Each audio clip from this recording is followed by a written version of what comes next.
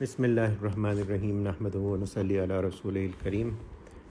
اللہ تعالیٰ کا احسان، کرم، فضل، شکر ہے کہ ایک موقع اور ملا، ہم آپس میں بیٹھیں، ایک دوسرے کو یاد دہانی کرائیں اور جو کچھ ہماری زندگی میں کمی کوتاہی اخلاق میں، معاملات، معاشرت اور دیگر چیزوں میں ہو رہی ہے، اس کو بہتر کرنے کی کوشش کریں، کیونکہ یہی اصل دین ہے اور اسی پہ آخرت کی کامیابی کا دار و مدار ہے۔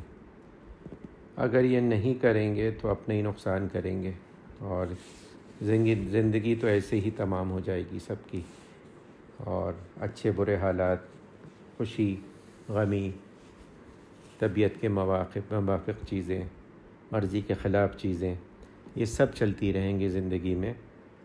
لیکن اگر ہم اپنے حالات درست نہیں کریں گے اور انتظار میں بس بیٹھے رہیں گے کہ بھئی حالات بہتر ہوں اور کوئی ایسا جذبہ، ایسی چیز ہمارے اندر پیدا ہو جائے جو خود بخود ہم کو اچھا بنا دے، تو یہ بس ایک نفس و شیطان کا دھوکہ ہوگا۔ کوشش کرنی ہے اور یہی مجاہدہ ہے، اور اسی کے لیے بیٹھتے ہیں ہم لوگ ایک دوسرے کو ذرا سا ہمت بڑھانے کے لیے، کیونکہ سارے ایک ہی کشتی کے سوار ہیں، سب یہی کوشش کر رہے ہیں، گر پڑتے ہیں، پھر اٹھتے ہیں، پھر چلتے ہیں، پھر گر پڑتے ہیں، اسی طرح سے سفر طے کرنا ہے۔ اور یہی اصل زندگی کا امتحان ہے کہ ہمت نہیں ہارنی، کوشش کرتے رہنا ہے اپنی پوری، اور اللہ سے مدد مانگتے رہنا ہے اور مشورہ کرتے رہنا ہے ان لوگوں سے جو اس رستے پہ چلے ہیں، اور ان کی رہنمائی میں زندگی کو پورا کرنا ہے۔ اسی سلسلے میں یہ پڑھتے ہیں کتاب میں سے، حضرت عبدالوہاب شعرانی رحمۃ اللہ علیہ کی کتاب ہے، اس کا اردو ترجمہ ہے ہم سے عہد لیا گیا۔ اس میں وہ تمام عہود، وہ تمام باتیں، وہ تمام اوتھس اور وعدے جو ان کے مشائخ نے ان سے لیے، اس کا ذکر ہے۔ تو ہم پہلے ہی پڑھیں، جس میں یہ ہے کہ اپنے آپ کو سب سے کمتر سمجھنا اور تکبر نہیں کرنا، اصلی تواضع ہونا آدمی میں۔ تو اس میں وہ علامات بتا رہے تھے کہ وہ کیا علامات ہیں۔ تو اس میں سے ایک علامت جو بتائی انہوں نے وہ یہ تھی کہ کبھی خطرہ نہ آئے دل میں کہ اس کی تعظیم کے واسطے کوئی کھڑا ہو یا اس کا اکرام کرے یا اس کو اونچی جگہ بیٹھائے، یہ خیال بھی نہ آئے آدمی کو کہ میں اس لائق ہوں کہ میرا اعزاز و اکرام کیا جائے، مجھے پروٹوکول دیا جائے۔ اور اس سلسلے میں ذکر ہوا تھا خاندان کی اور بہت ساری جو معاشرتی لڑائیاں ہوتی ہیں وہ اسی وجہ سے ہوتی ہیں کہ لوگ ایکسپیکٹ کرتے ہیں کہ بھئی ہم کو نہیں بلایا، ہم کو بلایا تو ہم کو نظر انداز کیا، ہم کو اس اسپیشل ٹیبل پہ نہیں بیٹھایا، ہمارے ساتھ وہ پروٹوکول نہیں کیا گیا جس کے ہم مستحق تھے۔ تو یہ دماغ میں تکبر بھرا ہوا ہے اور اس کی وجہ سے یہ ہو رہا ہے۔ تو یہ تکبر جو ہے نا، یہ گڑبڑ کی چیز ہے، یہ نہیں ہونا چاہیے آدمی کو، اور یہی سب سے پہلی چیز ہے جس کو دور کیا جائے۔ السلام علیکم، آرام سے بیٹھو۔ تو دوسری بات یہ فرماتے ہیں کہ اگر کوئی اس کی برائی کرے اور اس کو عیوب کے ساتھ محتمم کرے، یعنی اس پہ الزام لگائے کہ یہ تو ایسا ہے، یہ جھوٹا ہے، یہ اس میں فلاں برائی ہے، فلاں برائی ہے، تو اس سے متاثر یا رنجیدہ اور غضبناک ہو، بلکہ دل میں یوں کہے کہ یہ مذمت اور یہ الزام بالکل صحیح ہے، میں ایسا ہی ہوں، بلکہ اس سے بھی بدتر ہوں، کیونکہ جو میرے اصلی عیوب ہیں اس کی تو برائی کرنے والے کو خبر ہی نہیں ہے۔ اور ہم سب ہی اپنے آپ گریبان میں جھانک کے دیکھ لیں تو ہزارہا چیزیں ایسی نکلیں گی کہ جس میں کوتاہی کمی ہے۔ تو کوئی بھی یہ نہیں دعویٰ کر سکتا کہ میں بالکل پاک صاف ہوں، اور جو لوگوں کو حقیقی تواضع حاصل ہو جاتی ہے تو وہ ہوتے ہیں اس مقام کے، ان کو اگر کوئی برا کہے تو وہ اس میں برا نہیں مانتے۔ بالکل ہمارا تو یہ حال ہے کہ ہمیں کوئی برا کہتے کوئی بھی ہلکا سا بھی کہہ دے تو بس اس کے سر ہو جائیں گے کہ تو بھی برا، تیرا باپ بھی اور تیرا دادا بھی، اور اس سے لڑنے مرنے کو تیار ہو جائیں گے۔ تو یہ سب تکبر کی علامات ہیں۔ اصلی تواضع جب پیدا ہوتی ہے تو پھر اس کی طرف خیال نہیں ہوتا۔ اور ہمارے اکابر میں ہے حضرت گنگوہی رحمۃ اللہ علیہ، حضرت رشید احمد گنگوہی رحمۃ اللہ علیہ، ان کا تھا اختلاف، تھا فقہی اختلاف بعض موضوعات پر، یہ حضرت مولانا یہ احمد رضا خان بریلوی سے اور مرحوم سے، تو وہ سخت زبان استعمال کرتے تھے اور بعض دفعہ یعنی حد سے بڑھ بھی جاتے تھے۔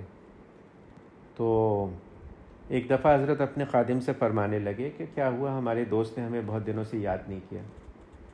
تو ان کا کون، کس نے؟ کہا کوئی بریلوی والے عالم صاحب جو ہیں انہوں نے۔ تو کہا حضرت میں آپ کو کیا بتاؤں، ان کا خط تو ہر ہفتے ہی آتا ہے، لیکن اس میں تو بہت ہی سخت باتیں ہوتی ہیں اور میں کیسے آپ سے ذکر کروں۔ تو حضرت نے کہا کیا فرق پڑتا ہے، اس کو سنانا تو چاہیے، کیا معلوم کوئی ایسی وہ بات کریں جو قاعدے کی ہو، جو اصول کے مطابق ہو اور ہم اس کو مان لیں، اب دور کی گالیاں کیا لگتی ہیں۔ تو حضرت اتنے وہ تھے، اور یہ حضرت کا جو تھا یہ شروع سے ایسا تھا۔ حضرت آئے تھے شاہتھانہ بھون حضرت حاجی صاحب کی خدمت میں مناظرہ کرنے کسی اور عالم سے، حضرت محمد تھانوی صاحب جو تھے عالم تھے، انہوں نے کوئی رسالہ لکھا تھا۔ تو حضرت حاجی صاحب سے ملاقات ہوئی، انہوں نے کہا نہیں عالم سے مناظرہ نہیں کرتے، یہ غلط بات ہے، تم اتنے چھوٹے سے آدمی ہو، ابھی فارغ ہوئے، وہ تو بہت بڑے علامہ ہیں، تو تم بس یہ کرو یہاں رہ جاؤ۔ اور پھر حضرت سے بیعت ہوئے، حضرت نے ذکر وغیرہ سکھایا، واپس چلے گئے 40 دن رہ کے، اور پھر کوئی خط ہی نہ آئے، نہ کوئی اطلاع دیں نہ کچھ دیں۔ تو پھر حضرت حاجی امداد اللہ مہاجر مکی رحمۃ اللہ علیہ نے خط لکھا کہ کیا ہوا کہ آپ کا بہت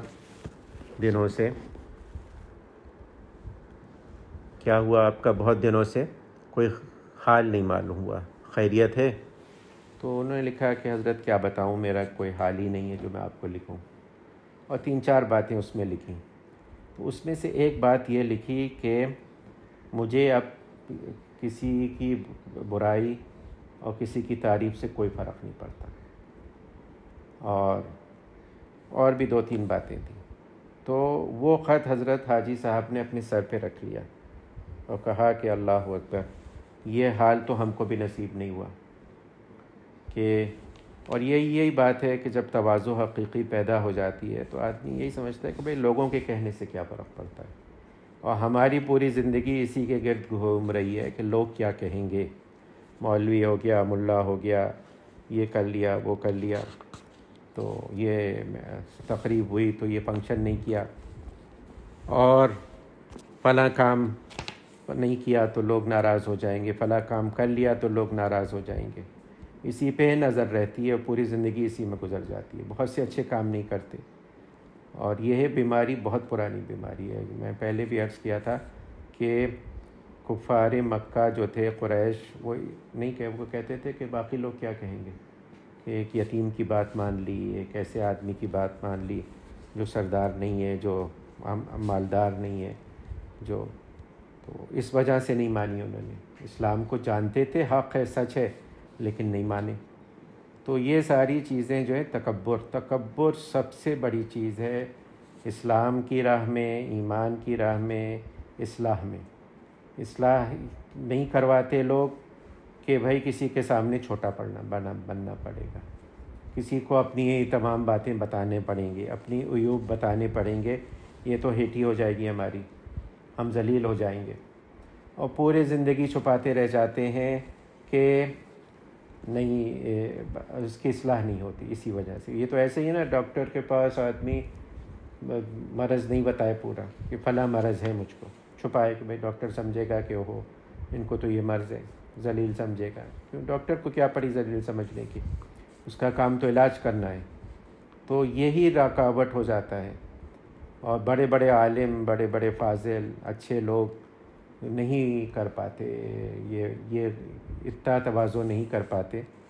حضرت سید سلمان ندوی ہمارے دور میں جو گزرے ہیں، 60s میں انتقال ہوا ہے ان کا، تو علامہ تھے، انگریزی، اردو، فارسی، عربی، ہیبرو اور پتہ نہیں کیا کیا لینگویجز جانتے تھے، اور لیکن شروع سے ان کو طلب تھی کہ بھئی میں اپنی اصلاح کراؤں، میں جو پڑھتا ہوں، جو چیزیں قرآن و حدیث میں، کتابوں میں، وہ میرے اندر بھی ہوں، صرف یہ نہ ہو کہ میں پڑھ کے گزر جاؤں اور میرے اندر وہ چیزیں نہیں ہوں، وہ کیفیت نہ ہو۔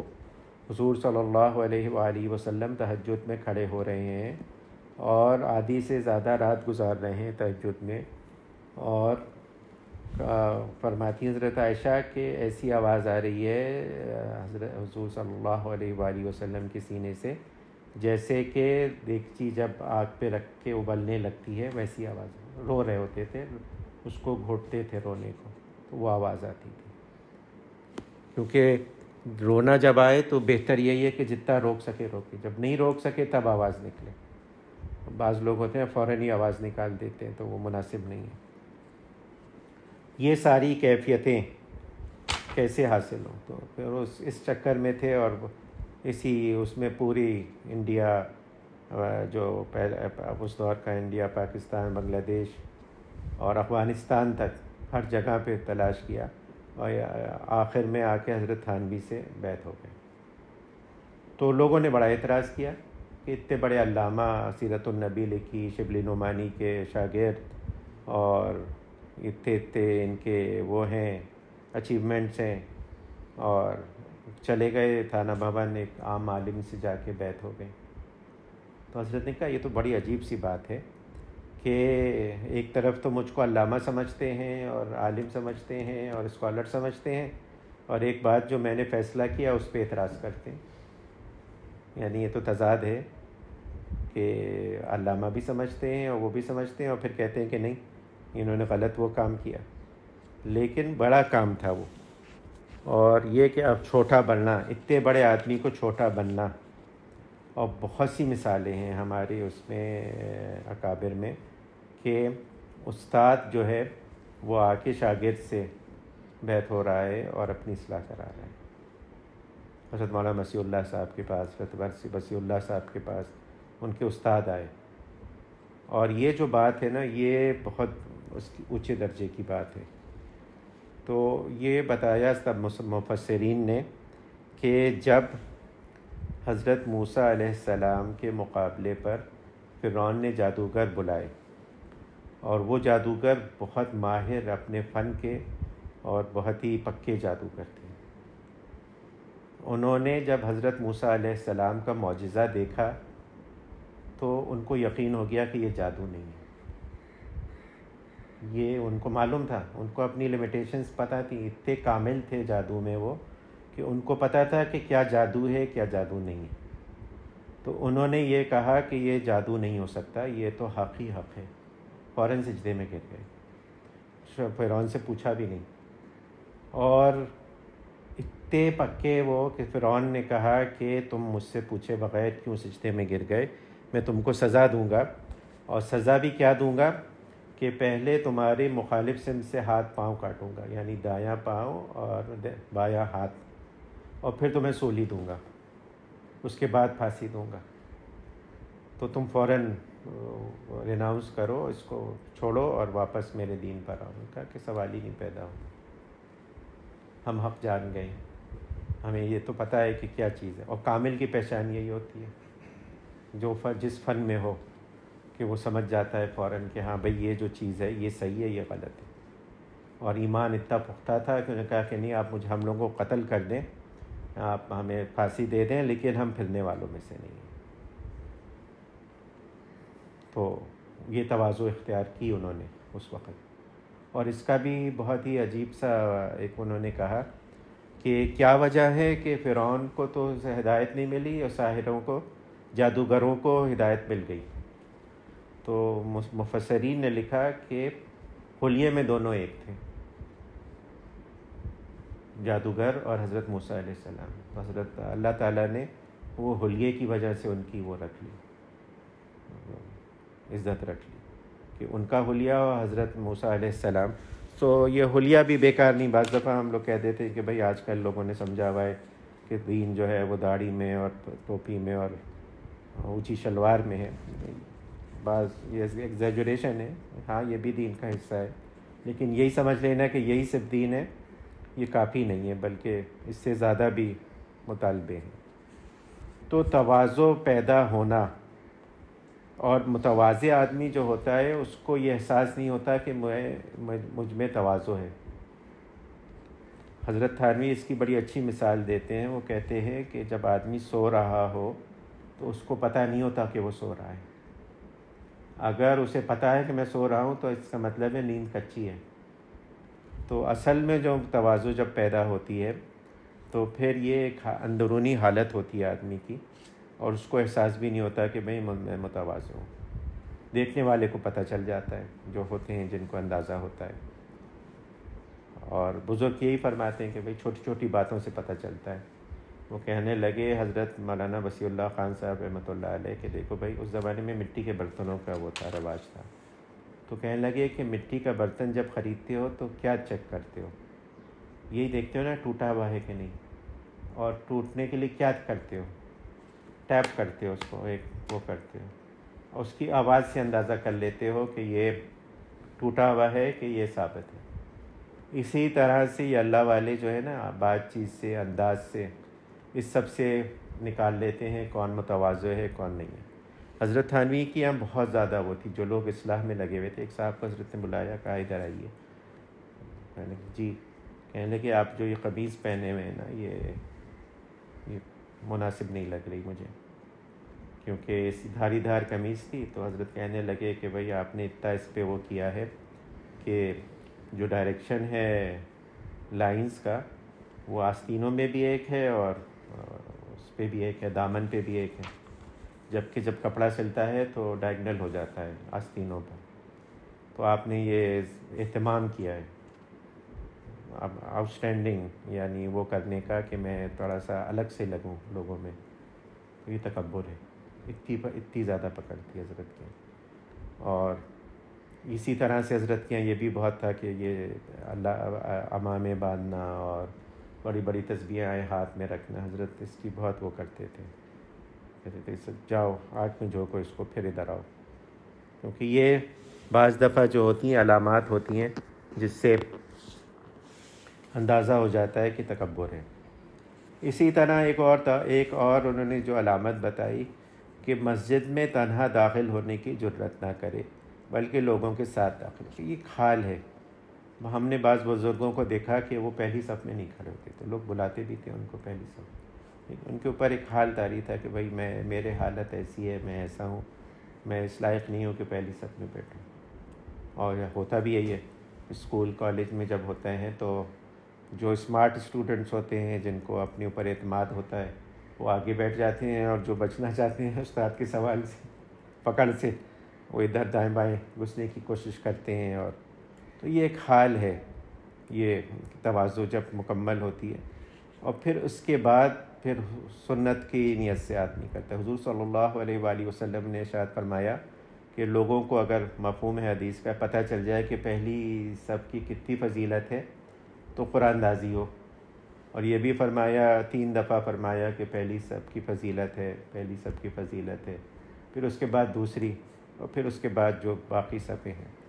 تو یہ ایک حال ہے. ہو جائے کسی کو اچھی بات ہے. تیسری بات یہ فرمائی، جو لوگ اس کو مجلس میں بیٹھنے دیں یا سلام کا جواب دیں یا خود اس کو سلام کریں ان کا احسان مند ہو. یعنی سب کو اپنے سے بڑا سمجھتا ہے. جو بھی اس کے ساتھ اکرام کا معاملہ کرتا ہے تو وہ یہی سمجھتا ہے کہ اتنے بڑے آدمی نے میرے ساتھ یہ کام کیا. تو ایک حال ہو جاتا ہے.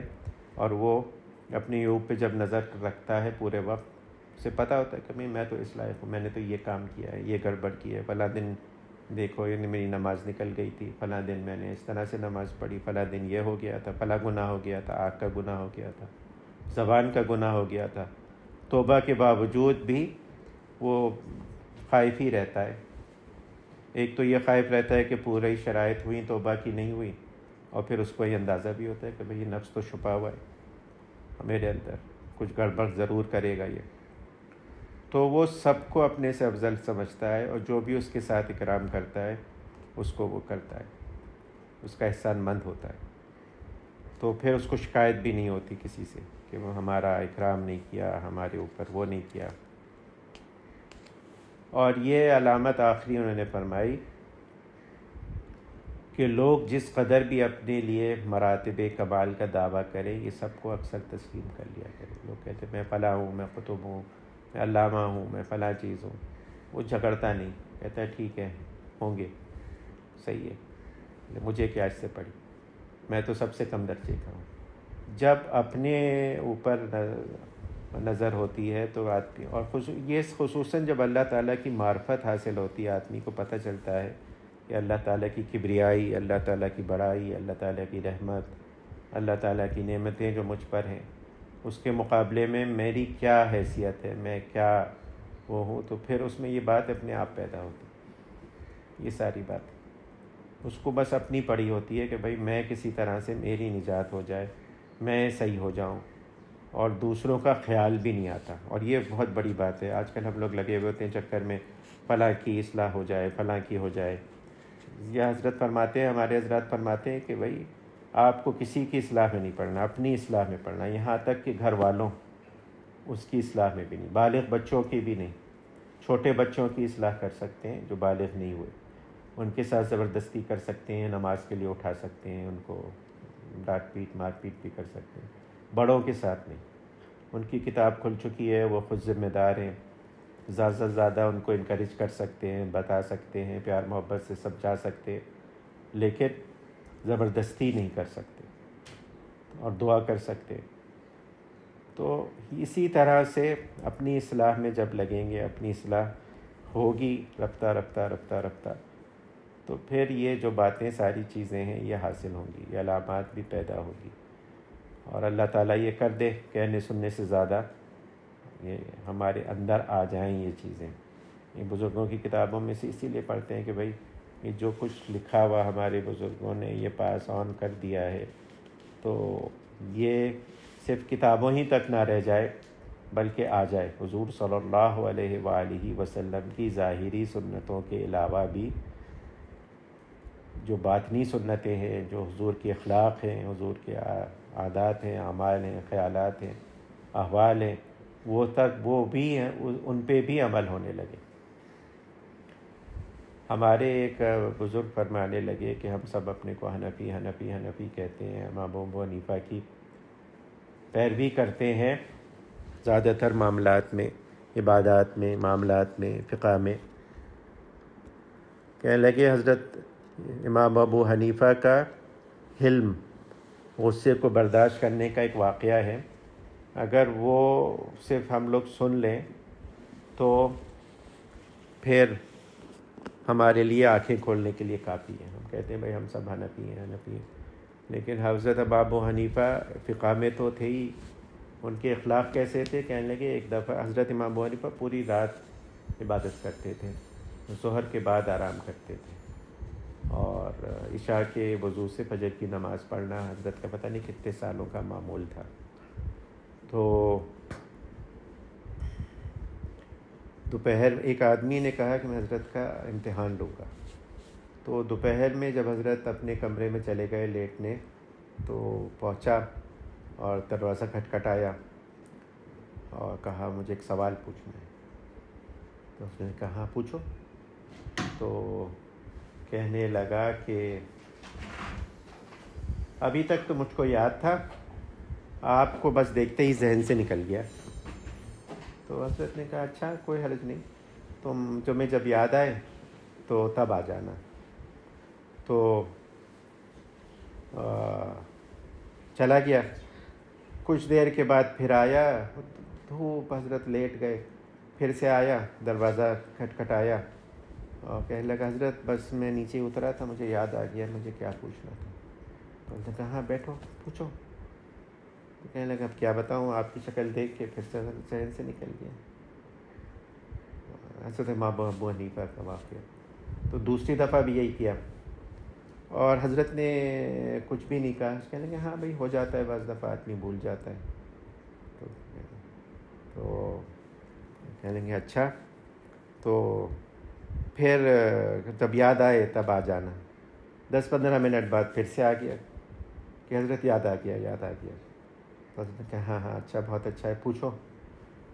تو حضرت پوری رات کے جاگے ہوئے عبادت کیے ہوئے اور بار بار آ کے وہ اٹھا رہا ہے اور بیٹھ گیا. کہنے لگا حضرت مجھے اب یاد ہے, میں نے پکا یاد کر لیا, میں آپ سے پوچھتا ہوں.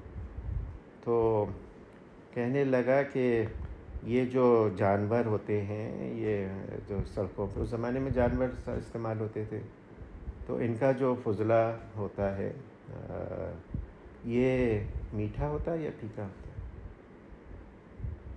یعنی سوال بھی دیکھیں کیسا بے تکا سوال, یعنی جس کا زندگی میں کوئی وہ نہیں ہے. اگر کوئی اور ہوتا تو خوب ڈانٹتا کہ تو بھائی تو نے مجھے اتنا پریشان کیا اور یہ کیا اور سوال بھی ایسا بے تکا پوچھا. تو حضرت نے تھوڑی دیر سوچا, کہنے لگے کہ جب تک گیلا ہوتا ہے میٹھا ہوتا ہے, جب سوکھ جاتا ہے تو کڑوا ہو جاتا ہے.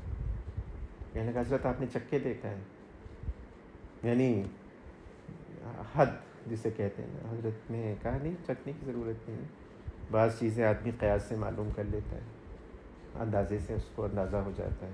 کہنے لگے کیسے معلوم کیا آپ نے؟ جب کہا گیلا ہوتا ہے تو مکھی اس پہ بیٹھتی ہے, سوکھا ہوتا ہے تو مکھی نہیں بیٹھتی. حضرت کا بہت زیادہ پاور تھا ڈیڈکشن کا قیاس کرنے کا. اور پھر اس نے پاؤں پکڑ لیا حضرت کے. اس نے کہا حضرت میں آپ کا امتحان لینے آیا تھا کہ بردباری حلم آپ میں کتنا ہے, غصے کو کیسا برداشت کرتے ہیں.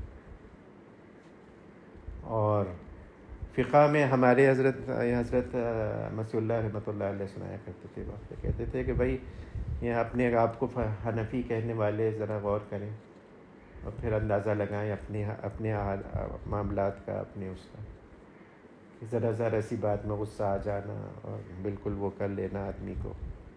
اور حضرت کو اتنا پریشان کیا گیا لیکن غصہ نہیں ہوئے اور بردباری حلم سے جواب دیا. تو یہ باتیں پیدا ہو جانا, اور یہ نا یہ مشکل ہیں, یہ نہیں کوئی کہہ رہا آسان ہے. قرآن خود کہہ رہا ہے کہ صبر کرنا جو ہے نا یہ بڑی ہمت کی اور بڑی اونچی چیز ہے, کوئی معمولی چیز نہیں ہے. اور ابھی آئے گا اس میں دوسرا جو ہے نا کہ صبر جو ہے یہ کتنا ضروری ہے دین کے لیے.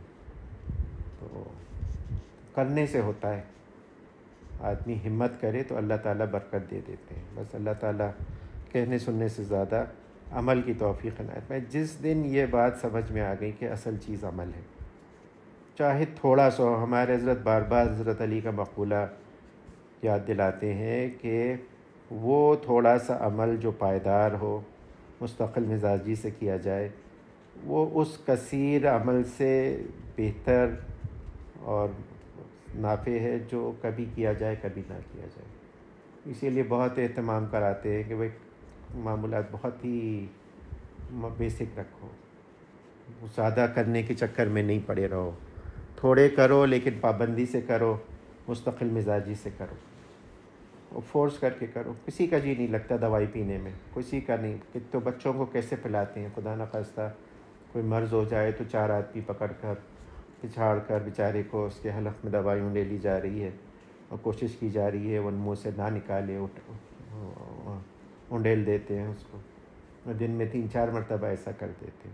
تو یہ نفس کو بھی اسی طرح سے باندھنا پڑے گا, کوشش کرنی پڑے گی, لگانا پڑے گا. یہ خود سے نہیں مانے گا, ورنہ اللہ تعالیٰ سب پہ ایک فرشتہ مقرر کر دیتے, اس کو مار کے نماز بھی پڑھواتا اور ساری چیزیں اس کی صحیح کراتا. لیکن یہی امتحان ہے, کون اپنے آپ کو اتنا ڈسپلن کر لیتا ہے کہ وہ یہ تمام جو مطالبات ہیں کرنے کے وہ کرتا ہے, اور جو نہیں کرنے ہیں وہ نہیں کرتا. تو بس دعا کر لیں اللہ تعالیٰ یہ آسان کر دے اور یہ کہنا سننا عمل میں آ جائے. اللہم صلی علی حبیبک محمد وعلی آل حبیبک محمد کما صلیت علی ابراہیم وعلی آل ابراہیم انک حمید مجید. اللہم بارک علی حبیبک محمد وعلی آل حبیبک محمد کما بارکت علی ابراہیم وعلی آل ابراہیم. ربنا آتنا فی الدنیا حسنۃ وفی الآخرۃ حسنۃ وقنا عذاب النار. ربنا ظلمنا انفسنا وإن لم تغفر لنا وترحمنا لنكونن من الخاسرین. ربنا لا تؤاخذنا إن نسينا أو أخطأنا ربنا ولا تحمل علينا إصرا كما حملته على الذين من قبلنا ربنا ولا تحملنا ما لا طاقة لنا به واعف عنا واغفر لنا وارحمنا أنت مولانا فانصرنا على القوم الكافرين یا اللہ یا رحمان یا رحیم یا حی یا قیوم یا ذی الجلال والإکرام یا غیاث المستغیثین یا مان المستجیرین یا مجیب دعاء المضطرین ہمارے تمام چھوٹے بڑے اگلے پچھلے خفیہ اعلانیہ گناہ اپنے کرم اپنے فضل سے معاف فرما دیجیے یا العالمین۔ ہم کوئی تعویل عذر نہیں کرتے، نالائقی سے اپنے گناہ کیے یا العالمین، اپنے کرم اپنے فضل سے معاف فرما دیجیے۔ آپ نہیں معاف فرمائیں گے تو کون معاف فرمائے گا؟ آئندہ کے لیے بچنے کی توفیق عنایت فرمائیے یا العالمین۔ اپنی نالائقی سے اگر ہم پھر گناہ کر لیں تو پھر توبہ کی توفیق عنایت فرمائیے۔ ان لوگوں میں سے نہ کر دیجیے جو نڈر ہو کے باغی ہو کے گناہ کرتے ہیں یا العالمین یا غیاث المستغیثین۔ تمام خیر آپ سے مانگتے ہیں جو آپ کے حبیب حضرت محمد مصطفیٰ صلی اللہ علیہ وآلہ وسلم نے آپ سے مانگی، اور تمام اس شر سے پناہ مانگتے ہیں جس سے انہوں نے پناہ مانگی۔ وانت المستعان وعلیک البلاغ ولا حول ولا قوة الا باللہ۔ دین کی صحیح سمجھ پیدا فرما دیجیے، دین پہ عمل کرنے کی توفیق عنایت فرما دیجیے۔ ہم آپ کے دین کے راستے پہ چلنا چاہتے ہیں، نفس و شیطان کا غلبہ ہے، اس راستے کی جو رکاوٹیں ہیں اس کو دور فرما دیجیے، ہمت و عزم قوت عنایت فرما دیجیے یا العالمین یا غیاث المستغیثین۔ ہمیں، ہمارے گھر والوں، عزیز و قارب، رشتہ دار، پڑوسیوں، بیوی بچوں، تمام مسلمانوں کو ہر طرح کے حادثات سانحات سے، ہر طرح کی دیر پا موذی بیماریوں سے، لوگوں کی زار رسانیوں سے، یہ چوری چماری، ڈاکہ، دھوکہ دہی، ہر طرح کے شر سے حفاظت فرمائیے، ہر طرح کا خیر عنایت فرمائیے، حلال واسع رزق بلا مشقت عنایت فرمائیے، بچے بچیاں جہاں کہیں بھی ان کی حفاظت فرمائیے، ایمان کی، جان مال، عزت آبرو کی حفاظت فرمائیے یا العالمین یا غیاث المستغیثین۔ مسلمان جہاں جہاں مظلوم ہیں ان کی مدد فرمائیے، سیلاب زدگان جو پاکستان میں ہیں ان کی مدد و نصرت فرمائیے، ان کی بحالی کا انتظام غیب سے فرمائیے یا العالمین۔ کشمیر میں، برما میں، فلسطین، افغانستان اور شام میں جو مسلمان مظلوم ہیں ان کی مدد و نصرت فرمائیے۔